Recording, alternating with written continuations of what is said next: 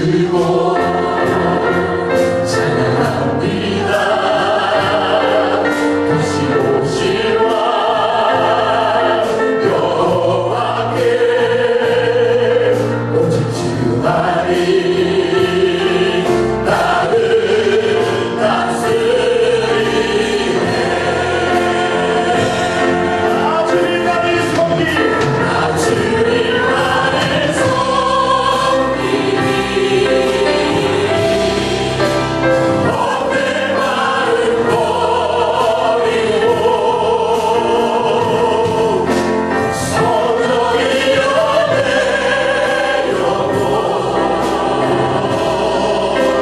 충만하게 하소서. 주님 앞에 내 생명 드리리라. 여호와께서 온전한 나를 아시나니 그들의 기업을 영원케 하시리라. 아멘. 그에게 이미 주신 동사드림센터 감당할 수 있는 은혜 주시옵시며 이것을 통하여 하나님의 나라가 확장되어지는 귀한 은혜를 보게 하여 주시옵소서. 훈련사역을 통하여 하나님 놀라운 역사 있게 하여 주옵시고 다락방과 수요 여성 모임을 통하여 이 세상을 변화시키는 주의 백성들이 일어나게 하여 주시옵소서. 이 시간도 말씀을 전하시는 박수미도 목사님 가운데 주님 성령의 능력을 더하여 주셔서 우리에게 신령한 꼴로 먹이게 하여 주시옵소서. 예수님의 이름으로 기도드립니다. 사도행전 6장 8절서부터 15절까지를 함께 교독할 때 하나님께서 오늘 우리에게 주시는 계시의 말씀을 받기를 원합니다. 제가 먼저 8절을 공독하겠습니다. 스데반이 은혜와 권능이 충만하여 큰 기사와 표적을 민간에 행하니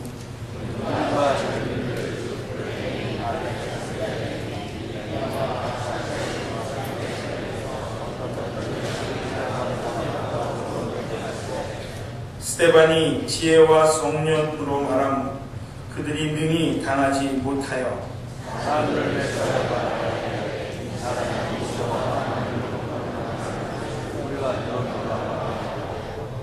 백성과 장로와 서기관들을 충동시켜 와서 잡아가지고 공회에 이르러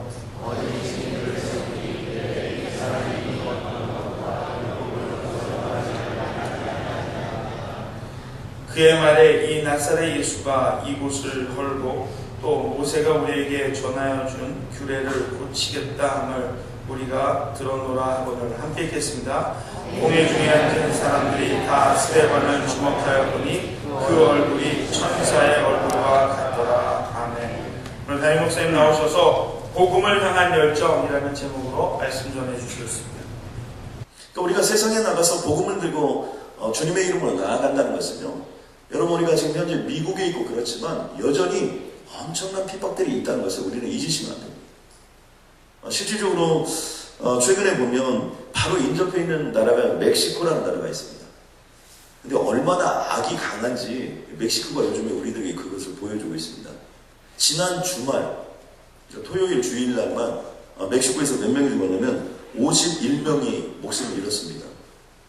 그런데 51명이 죽었는데 그냥 죽은 것이 아니고 목이 잘리고 수족이 절단되고 질주하는 차량에 총격을 가하고 그 자리에서 즉결 처분했다는 거예요.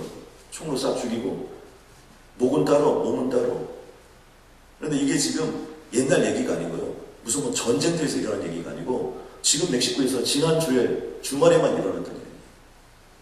특별히 지금 현재 멕시코는 마약과의 전쟁을 선포하고 5년 동안 모든 마약을 거래하는 사람들을 청산하겠다 그래가지고 군대를 다 풀어가지고 지금 전쟁을 하고 있습니다.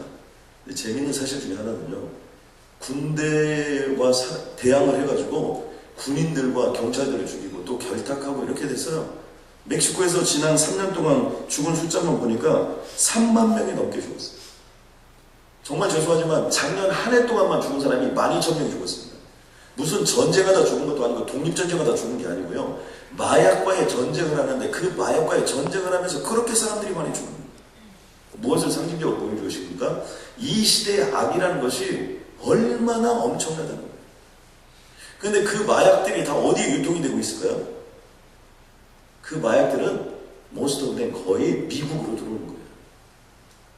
그러니까 지금 현재 멕시코에서 마약과의 전쟁은 미국과 아주 밀접하게 결탁이 되어 있는 것을 알고 있습니다.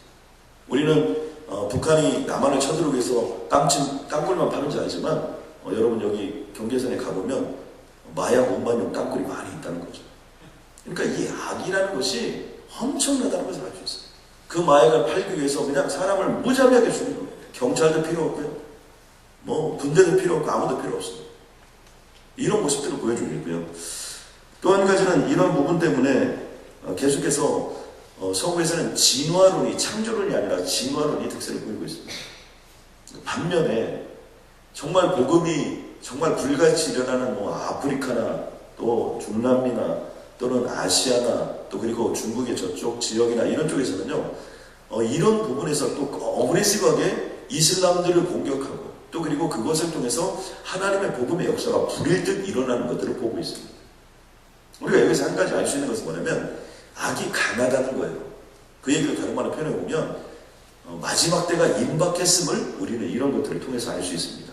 그래서 우리가 좀 2011년 세상으로 나아갈 때는 여러분 마음을 좀 강하게 하고 담대히 하고 세상으로 나아가야 될 줄로 믿습니다. 또 한 가지는요, 우리가 스데반을 통해서 배울 수 있는 부분은 뭐냐면 복음에 대한 열정입니다. 만약에 보통 사람 같으면 이런 뭐 사람들이 한두 사람이 나를 욕해도 그래도 우리가 움츠하기 쉬운데, 누가 무슨 얘기를 들어도 우리가 움츠하기 쉬운데 이 스데반은 그렇게 하지 않았다는 거예요. 심지어 많은 사람들과 또 뿐만 아니라 장로와 또 거기에 해당되는 어떤 율법 교사들이나 이런 모든 사람들이 또 권력을 가진 자들과 결탁해서 그를 잡아 죽이려고 했으나 그를 잡아 죽일 수가 없었어요. 또 그리고 그에게 어떤 변론을 통해서 무슨 얘기를 하려고 했으나 이 지혜와 성령의 말하게 하심을 따라 말을 하다 보니까 당해낼 수가 없는 겁니다. 바로 이게 성령의 사람의 역사예요. 그 중에 한 분이 가나안 농군학교를 시작했던 김용기 장로님 같은 경우입니다. 새마을운동이 어디서 시작됐는지 아십니까? 김용기 장로님의 가나안 농군학교에서부터 시작됐습니다. 그것을 박정희 대통령께서 롤 모델에 삼아 새마을운동을 일으켰다고 합니다. 근데 김용기 장로님께서는 한 손에는 성서를, 한 손에는 괭이를, 그래가지고 농사를 지면서 이렇게 시작하셨는데요. 김용기 장로님의 고백 중에 나는 12가지가 못난 사람이라는 고백이 있습니다. 들어보면 좀 가슴이 찌간데요. 첫 번째, 나는 얼굴이 못났고, 두 번째, 나는 키가 작아요. 키가 156cm밖에 안 된다고 해요. 영락교에서 설교를 하는데 키가 얼마나 작으셨는지 방석을 8개를 놓고도 모자라서 다리를 꼿꼿이 세우고 설교를 했다고 이렇게 합니다. 그러니까 이 키가 작아서 너무 못났다는 거죠. 체중이 53kg밖에 되지 않았다고 하고요. 지금까지 양복을 입거나 넥타이를 한 번도 매본 적이 없고, 가죽구두를 신어본 적이 없고, 술과 담배를 대거나 펴본 적도 없고, 불고기를 먹어본 적도 없고, 커피를 먹어본 적이 없다는 거예요. 아침 일과시까지 늦잠을 자본 적이 없고, 극장이나 영화를 가본 적이 없고, 공직 생활을 해본 적이 없고, 여자 꽁무니를 쫓아다녀본 적이 한 번도 없었다는 겁니다. 그래서 나는 너무나 못난 사람이라는 거예요. 우린 여기서 웬만한 거 다 해봤잖아요. 그런데 선친이 이 조용기 장로님에게 이런 얘기를 하셨다는 겁니다.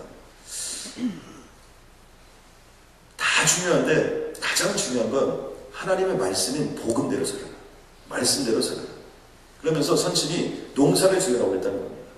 농사를 짓는데도 이유를 이렇게 대셨다는 거예요. 내가 얼굴에 땀이 흘러야 식물을 먹고 필경은 흙으로 돌아갈 것이다.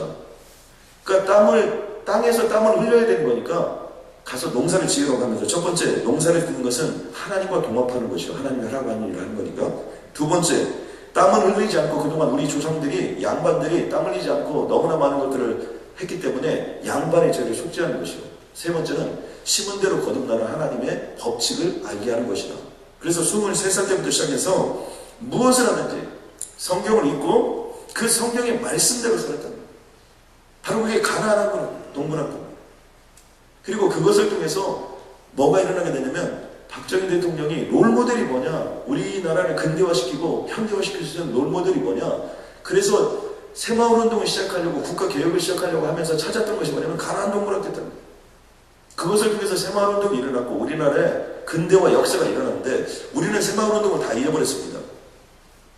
박정희 대통령이 죽고 나서 새마을운동을 다 잊어버렸지만요. 지금도 여러분 놀라운 사실은 새마을운동이 계속해서 수출이 되고 있다는 거예요.